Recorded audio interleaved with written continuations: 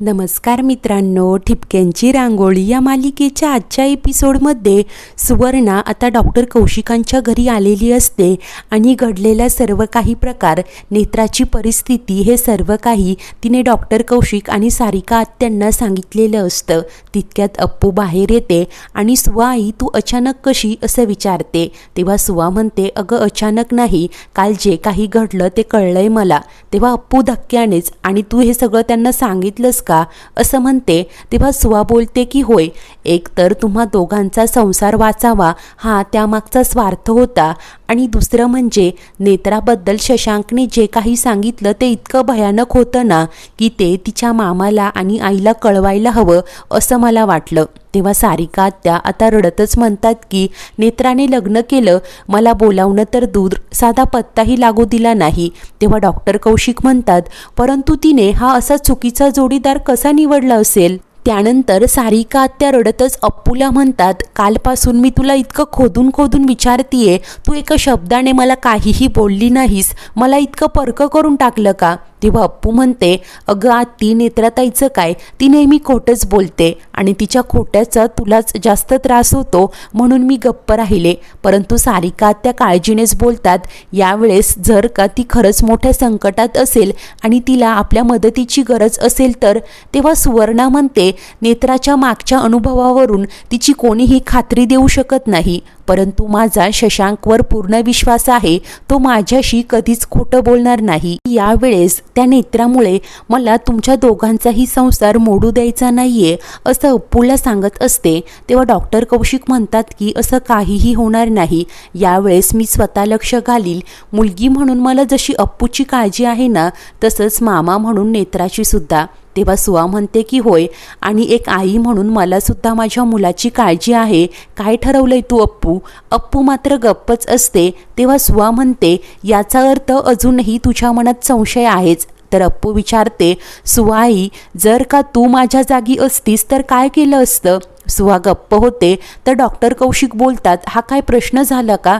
तेव्हा अप्पू म्हणते, प्रश्न चुकत नाही आहे बाबा. सुवा आई, आत्ता एक आई म्हणून माझ्याशी बोलतीये, परंतु एक बायको म्हणून तिचा काय पॉईंट ऑफ व्ह्यू असेल ना ते मला जाणून घ्यायचंय. मुळे बोल ना सुवा आई, जर का तू माझ्या जागी असतीस तर काय केलं असतं असा प्रश्न करते. तेव्हा सुवा म्हणते की नसता ठेवला विश्वास, परंतु जर का मला कोणी इतक्या पोटतिडकीने काही सांगत असेल ना तर निदान त्यांचं ऐकून तरी घेतलं असतं.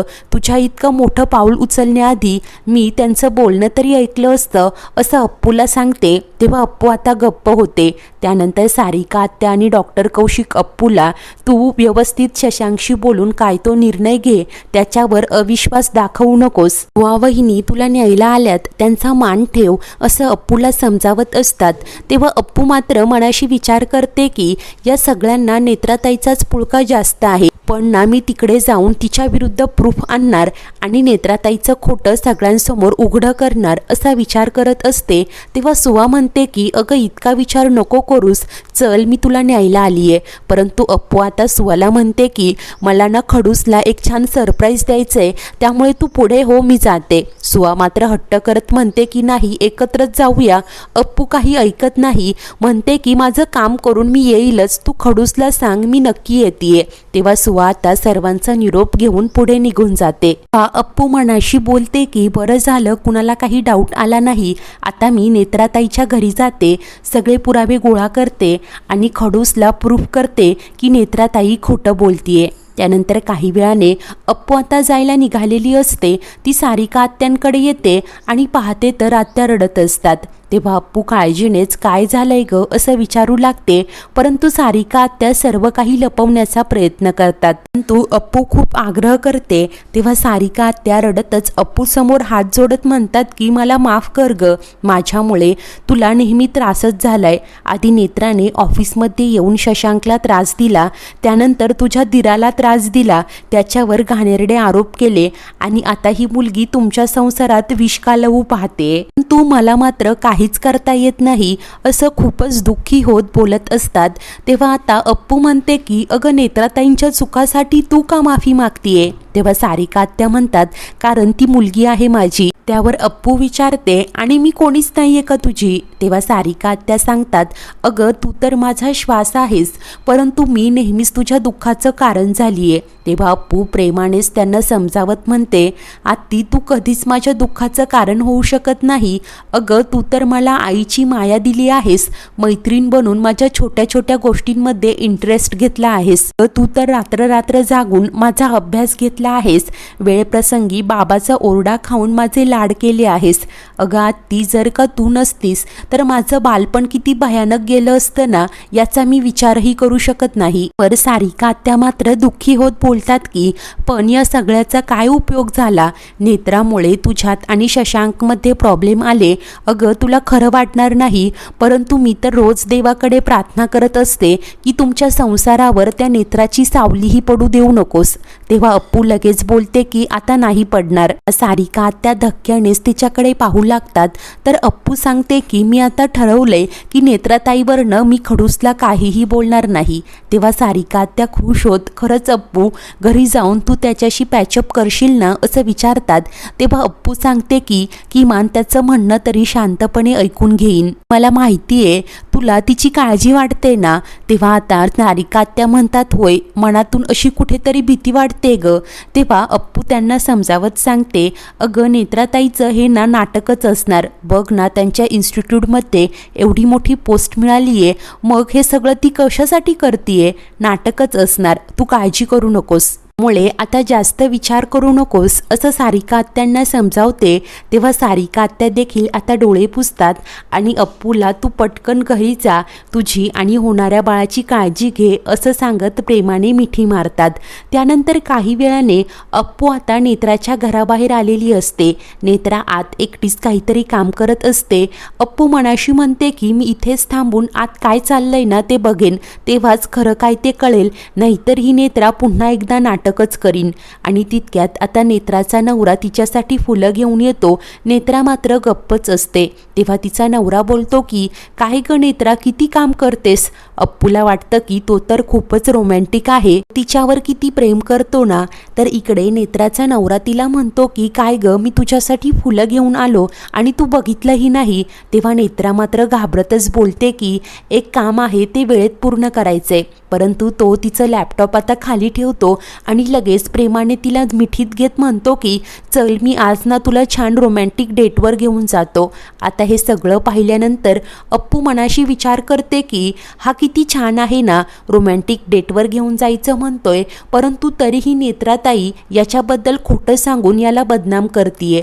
मी हिला चांगलंच ओळखते. त्यांना खडूस इथे असायला हवा होता, म्हणजे त्याला कळलं असतं की ही नेत्राताई किती खोटं बोलतीये. चला मी जे काम करायला आले होते ते तर कन्फर्म झालंय, नेत्राताई खोटं बोलतीये असं बोलून अप्पू आता तिथून जाणारच असते.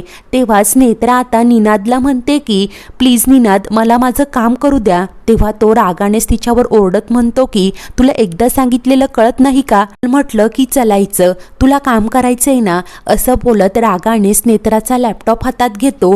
नेत्रा गयावया करत म्हणते की प्लीज निनाद, यात आमचं महत्त्वाचं प्रेझेंटेशन आहे. परंतु निनाद मात्र रागानेच तो लॅपटॉप खाली फेकतो. तेव्हा अप्पू धक्क्यानेच म्हणते की हा असा कसा माणूस आहे, कितीही राग आला तरी कोणी लॅपटॉप फेकतं का? आणि इतका वेळ तर हा किती छान रोमॅन्टिक बोलत होता, अचानक हा असा इतका विचित्र का वागतोय? असं अप्पू आता घाबरतच मनाशी बोलत असते. तर दुसरीकडे सुवर्णा जेव्हा घरी परत येते, शशांक पाहतो तर अप्पू आलेली नसते. तो चिडचिड करत म्हणतो की हिचा राग अजून गेलाच नाहीये का? ती माझ्यावर का विश्वास ठेवत नाही? मात्र शांतपणे म्हणते की तू आज कामावर नाही गेलास का? तेव्हा शशांक वैतागत म्हणतो ते महत्त्वाचं नाहीये, माझं मनच लागलं नसतं तिकडे, तू तिची समजूत काढून तिला परत घेऊन आली नाहीस का?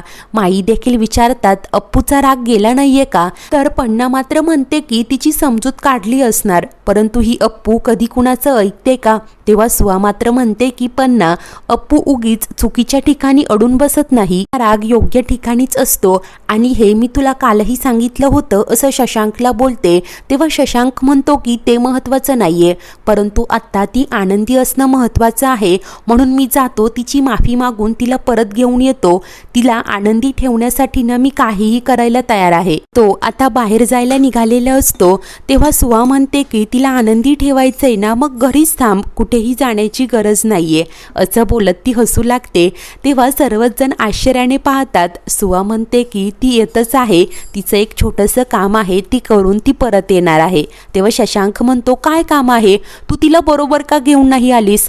तेव्हा सुवा म्हणते, ती म्हणाली पर्सनल काम आहे गधड्या, तिला ना तुला एक सरप्राईज द्यायचंय. तेव्हा आता शशांक तर खूप खुश झालेला असतो आणि मनाशी विचार करतो की असं हिला कुठलं सरप्राईज द्यायचं असेल. तर पुढील भागात अप्पू सर्वांना सांगत असते की नेत्राताई पोलीस कंप्लेंट करणारच नाही, कारण ती तिच्या नवऱ्याला खूप घाबरते. जर का तिने असं काही केलं तर तो तिचा जीव घेईल, तिला मारून टाकेल. सर्वच जण धक्क्यात असतात. अशाच नवीन भागांच्या अपडेटसाठी आपल्या चॅनलला नक्की सबस्क्राईब करा. धन्यवाद.